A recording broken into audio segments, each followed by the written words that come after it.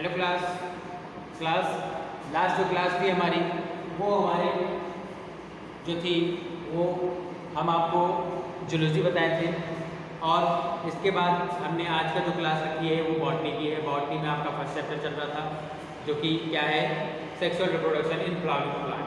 ठीक, इसमें हमने आपको कई सारी चीज़ें स्पष्ट करा दी है। आपको हमने स्टार्ट कराया था स्ट्रक्चर ऑफ फ्लावर से, धीरे धीरे हमने आपको कई सारी चीज़ें बता दी। ठीक है, आज का जो हमारा टॉपिक है वो हमारा जो टॉपिक है वो है बीज एवं फल का निर्माण, कैसे सीड और जो फ्रूट होता है उसका फॉर्मेशन होता है। ठीक है, तो क्या है हमारा topic, formation of seed and fruit.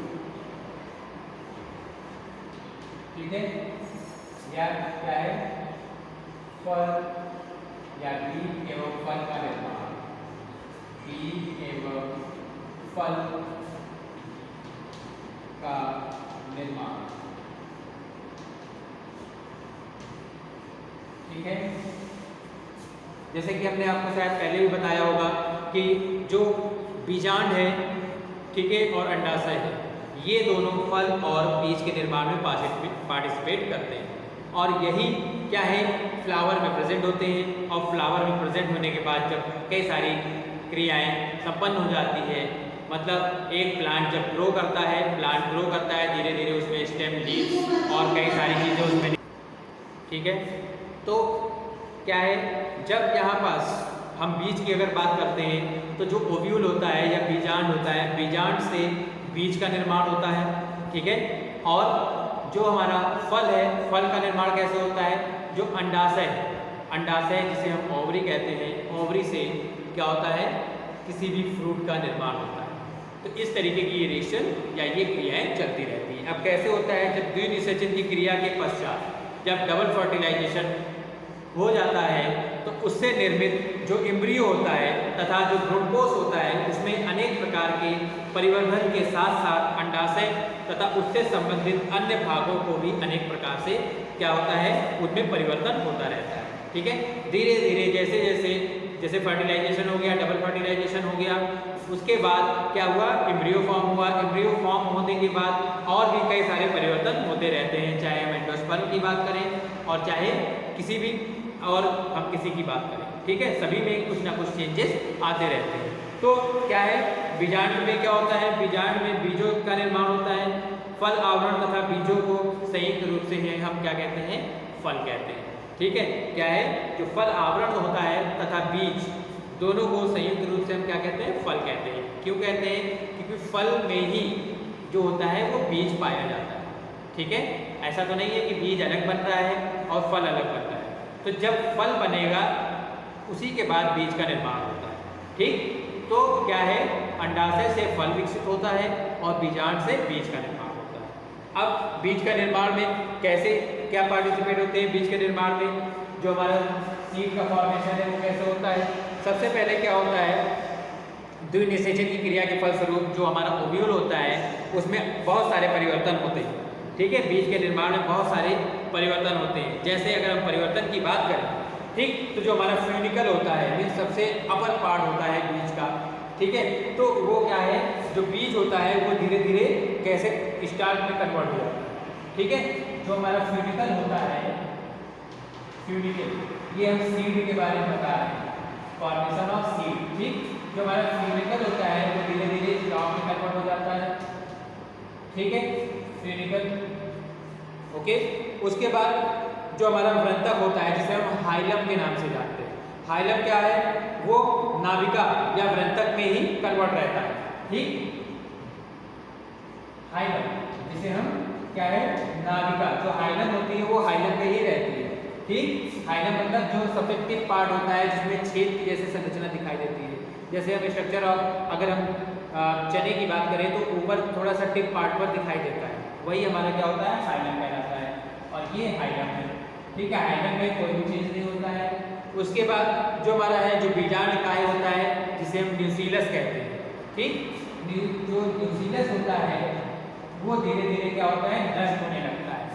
ठीक है, और पेरिस्पर्म के रूप में रह जाता है। ठीक, ये क्या होता है, धीरे धीरे नष्ट हो जाता है, नष्ट होता है और पेरिस्पर्म के रूप में रहता है, पेरिस्पर्म बनाता है। ठीक है, नेक्स्ट अगर हम बात करें नेक्स्ट पॉइंट की, तो जो बाह्य आवरण होता है, आउटर जो इक्विपमेंट होता है, ठीक, क्या है बाह्य आवरण, जिसे हम आउटर इक्विपमेंट कहते हैं, आउटर इंटेगमेंट।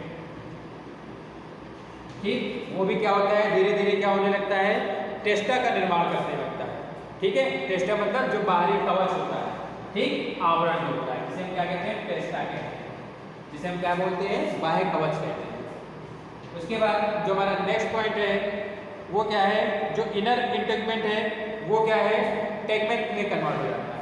ठीक, क्या है, इनर जो इंटेगमेंट है,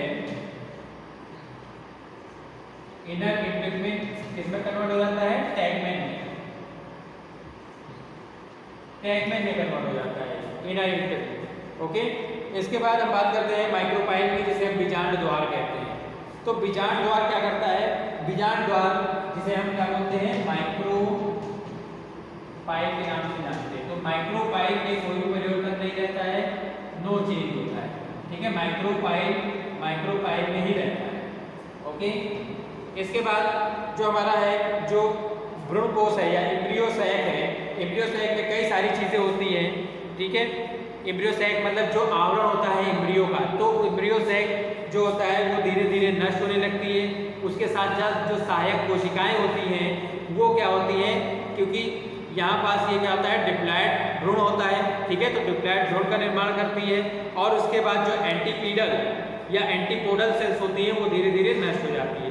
उसके बाद जो हमारा सेकेंडरी न्यूक्लियस होता है, ठीक, जो सेकेंडरी न्यूक्लियस होता है, सेकेंडरी न्यूक्लियस, ये जो सेकेंडरी न्यूक्लियस है ये क्या करता है, एंडोस्पर्म को फॉर्म करता है, एंडोस्पर्म को फॉर्म करता है। तो इस तरीके से ये क्या होता है, बीज में या बीज का फॉर्मेशन होता है। अब अगर हम सीड की बात करते हैं, अगर हम फ्रूट की बात करें तो फ्रूट में कौन कौन से चेंजमेंट आते हैं। ठीक है, फॉर्मेशन ऑफ फ्रूट में, तो फ्रूट में फॉर्मेशन कैसे कैसे होता है, सबसे पहले जो कैलिक्स होता है वो क्या होता है, सूख कर झड़ जाते हैं। ठीक है, कैलिक्स की अगर हम बात करते हैं तो धीरे धीरे सूख कर झड़ जाते हैं। ठीक, कैलिक्स मतलब जिसे हम बाह्य दल कहते हैं। ठीक, क्या होता है, सूख कर झड़ जाते हैं। ठीक, नेक्स्ट अगर हम बात करें कोरोला की, तो वो भी क्या होते हैं, कोरोला, क्योंकि कोरोला में क्या होता है, सूखकर मुरझाकर गिर जाते हैं। ठीक है, क्योंकि ये फ्लावर के पार्ट होते हैं, तो फ्लावर जब तक कि खत्म नहीं होगा तब तक किसी भी फ्रूट का निर्माण नहीं होता है। ठीक, इसके बाद अगर हम एंड्रोसियम की बात करें, जो एंड्रोसियम होता है, एंड्रोसियम, ठीक, ये भी क्या होते हैं, सूखकर गिर जाते हैं।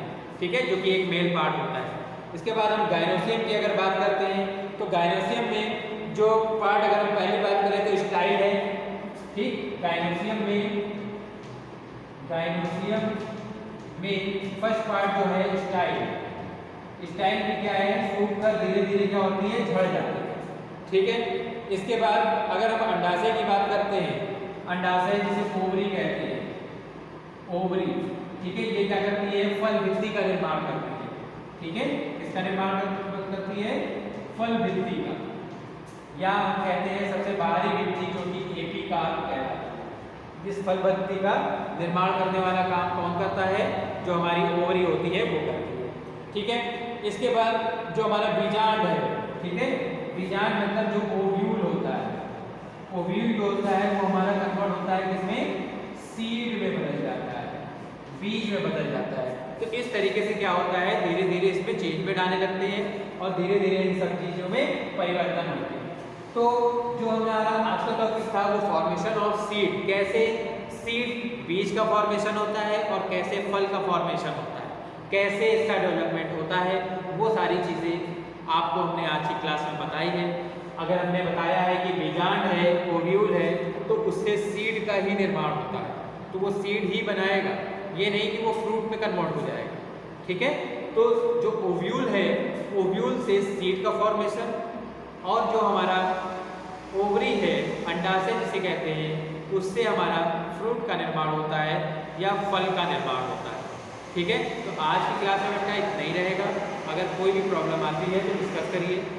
Okay, have a good day.